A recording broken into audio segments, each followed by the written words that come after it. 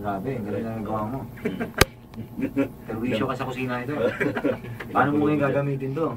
Bahala na. Yan. Pero okay na, parang social set pag gano'n mo. Oo.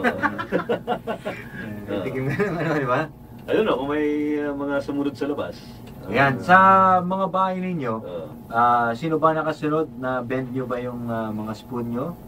O hindi pwedeng pinggan ha? Hindi ba yung pinggan? Iba naman yan. Oo. Baka mabasa lumayan. Basag yun. Yun. Kita mo, nakita nyo ba yung nagawa ni ano? Yan. Yan ang nagawa ni Brownie. Knowing Brownie, weakling to, so di ba nagawa niya to? Basta ako yung malaking katawan, hindi ko nagawa. Di ba? Imagine lang. Ayun, sir, anong explanation sa ganyan? Anyway, doon na, sa ginawa natin sa nasa meditative stage tayo. So, in-invoke natin yung energy. Yan, pumasok sa spoon. Then, nung ipinasok natin, so we imagine it na hindi talaga spoon. It's just a liquid. Anything na malambot na pwede mag-melt. I-feel mo sa katawan mo. Yeah, it's there. Kasi kapag ginagawa mo yun, nararamdaman mo, parang meron na nga kasi. It's flowing. Hindi yung energy na parang... So parang napipili mo na lumalambot siya? Hindi pa to. Yung sa sarili mo pa lang? Oo. Covered na adrenaline sa katawan mo na dahan-dahan. So you felt it. Oo. Pero this is the exact opposite, no?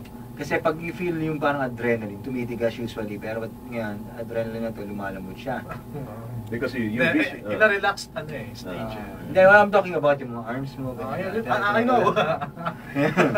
Ah. And tapos nung sinabi ni Sir Ray na press, ganyan, sunod ko na lang yun na parang ito na.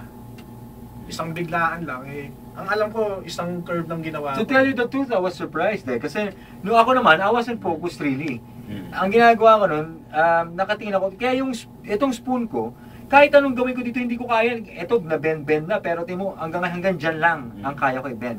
Pero yung ito, May na parang, nakadalawang at siya. saka hanggang ngayon, mainit pa siya, oh. Meron pa siya. Meron siya energy. Oo, meron, yun. Ito, hindi, kahit anong gawin ko, mas to think that this is a much thinner piece of, For a while, I thought na isang loop lang ginawa ko. Pag bukas ko ng mata ko, Nakadalawang loop pala. Dalawa o ba? Oo, Halos mga dalawa.